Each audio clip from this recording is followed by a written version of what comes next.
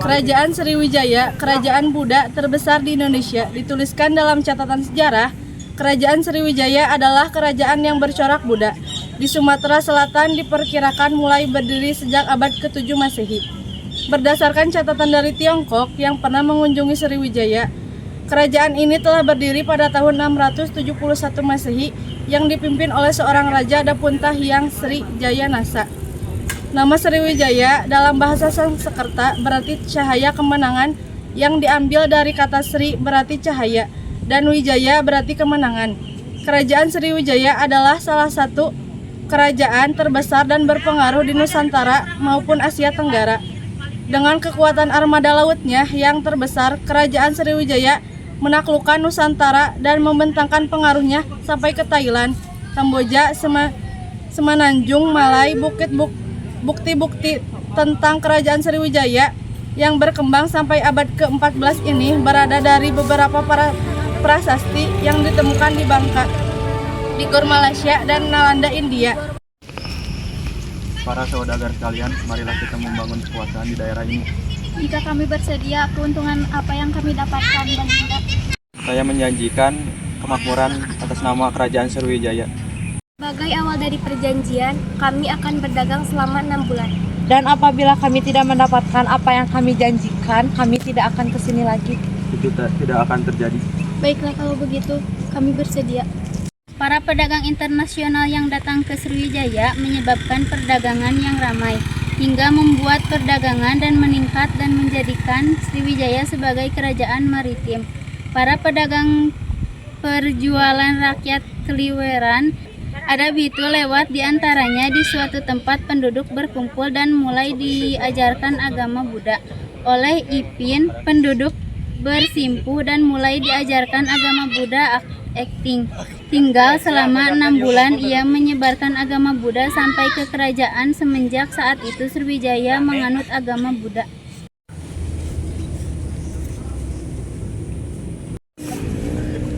Baginda, Itsing sudah sampai di kerajaan dan ingin menghadap Baginda. Silakan Itsing itu untuk masuk. Baiklah Baginda. Baginda Raja, Itsing sudah sampai. Baginda Raja, saya Itsing dari Tiongkok. Saya ingin mengajarkan agama-agama Buddha di wilayah ini. Mengapa kau ingin mengajarkan agama Buddha di wilayah ini? Saya ingin mengajak berbuat kebajikan dan mendekatkan diri kepada Tuhan. Apa yang ada di agama Buddha? Agama Buddha diajarkan untuk menghilangkan nafsu dan menyelesaikan masalah hidup manusia. Baiklah, saya persilakan kau untuk mengajarkan agama Buddha di wilayah ini. Baik, terima kasih.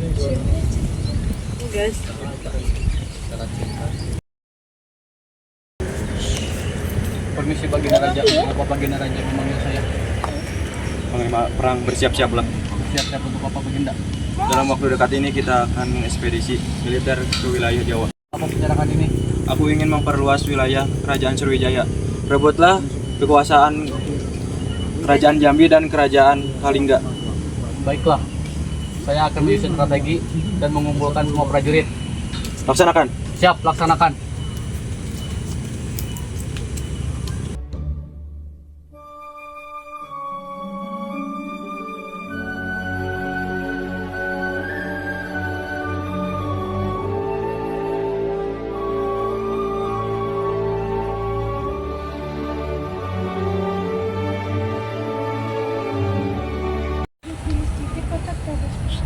Akhirnya terwujudlah cita-citaku untuk menjadikan Kerajaan Sriwijaya menjadi kerajaan yang maritim. Terima kasih Panglima perangku.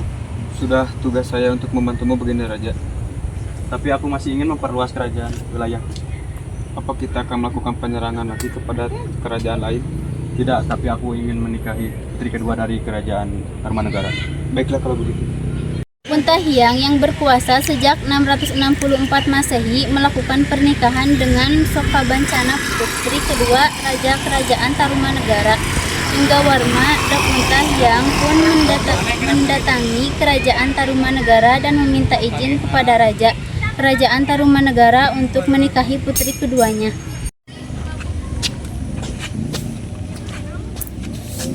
Misi Raja Linggawarman. Atas dasar apa kau?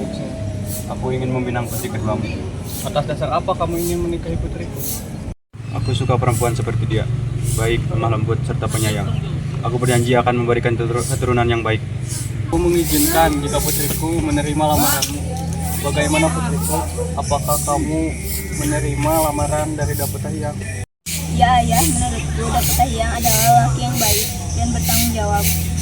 Baiklah kalau begitu, pernikahan akan dilakukan secepatnya. Ayahanda, kami meminta doa dan restu agar kami mendapatkan keturunan secepatnya. Baiklah, ayahanda akan mendoakan yang terbaik untuk kalian berdua. Ayahanda. Perkawinan ini melahirkan seorang putra yang menjadi Raja Sriwijaya. Berikutnya yaitu Dara Mindra. Dara Mindra berbesan dengan pegawai bawahannya yaitu Tridharma I. Dharma Setuk kemudian memiliki putri yang bernama Dewi Sarah. Putri ini kemudian dinikahkan dengan Samarawira, kerajaan Mataram kuno, dari dinasti Sailendra. Dari pernikahan Dewi Tara dengan Samarawira kemudian lahirlah Bara Putra Dewa, sedangkan Samaratungga sebagai putri sulung Samarawira. Candi Borobudur dibangun pada pemerintahan Raja Samaratungga pada abad ke-8. Candi Borobudur dibangun oleh seorang arsitek yang bernama Gudarma. Pada suatu hari, Raja Samaratungga mempunyai niat untuk membangun suatu bangunan yang berguna untuk memulai orang yang sudah meninggal dan mempunyai arti sejarah bagi masyarakatnya. Raja pun mendiskusikan hal tersebut dengan para abdi-abdinya yang merupakan para penasihatnya. Bagaimana menurutmu ini, Wangsa? Kehendakmu merupakan perintah bagiku, Baginda. Bukan begitu, saya meminta pendapat kalian. Pendapat apa, Baginda? Begini, saya sudah mempunyai niat untuk membangun bangunan untuk memuliakan orang-orang yang sudah meninggal dan arti untuk masyarakat kita. Bangunan seperti apa, Baginda? Bagaimana kalau kita membuat sebuah candi untuk dijadikan tempat untuk ibadah? Di mana Baginda ingin membangun candi tersebut? Saya juga masih memikirkan tentang itu. Apakah kamu mempunyai pendapat? Pendapat Baginda, bagaimana kalau candi tersebut dibangun di atas bukit supaya terlihat megah dan mewah? Baik, carikan arsitek untuk membuat candi tersebut. Saya mempunyai kenalan yang bernama Gunadarma. Dia berasal dari negeri seberang. Saya yakin dia dapat membangun bangunan yang sesuai dengan Baginda inginkan. Baik, carikan dia ke sini. Baik, Baginda. Setelah itu, Gunadarma menemui Samaratungga untuk memperlihatkan desain bangunan candi yang akan ia bangun. Dan Samaratungga pun menyetujui rancangan desain bangunan candi yang Gunadarma itu buat. Pembangunan itu baru dapat selesai pada masa pemerintahan putri Raja Samaratungga, yaitu Raja Pemuda Wardani, yang memerintahkan Raja Samaratungga meninggalkan tahta kerajaan jatuh kepada menantunya, Jatiningrat atau Rakai Pikatan, suami dari Pramodawardhani. Hal ini membuat Balaputradewa, adik dan sang raja Samaratungga, yang juga berhak atas tahta kerajaan Balaputradewa, menemui Pramodawardhani dan suaminya di kediaman mereka. Mendengar dari kerajaan lain bahwa suami Anda akan menggantikan tahta kerajaan. Saya berpikir itu bukan hal yang bagus. Kenapa paman saya berpikir begitu? Dikarenakan saya sebagai adik dari mendiang kerajaan, bukankah saya pantas untuk menjadi seorang raja? Jangan lupakan ini paman, aku adalah seorang putri dari sang raja. Aku memiliki hak atas tahta ini. Lagi pula, tidak ada yang bisa mengubah keputusan para ketua. Baiklah, jika itu keputusan Anda, maka izinkan saya untuk menyelam tanah Jawa ini. Maka diangkatlah Rakai Pikatan, suami dari Pramodawardhani, sebagai Raja Balaputradewa, pun akhirnya meninggalkan tanah Jawa, menuju Sumatera ke tanah kelahiran ibunya, Balaputradewa.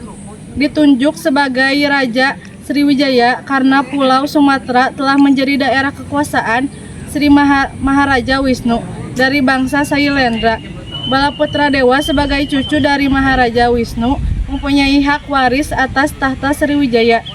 Balaputradewa pun menjadi raja dengan gelar Tri Maharaja. Balaputradewa pada tahun 1025 Masehi, kerajaan Kolamaan dalam merencanakan serangan ke kerajaan Sriwijaya. Raja Sang Rama Wijaya Tunggawarman ditahan pihak Kolomandala. Kerajaan Kolomandala hanya menginginkan kekuasaan atas wilayah perdagangan. Terjadi perjanjian antara Raja Rajenda dan Raja Sang Rama Wijaya Tunggawarman untuk menyerahkan wilayah perdagangan dan membebaskan para tawanan.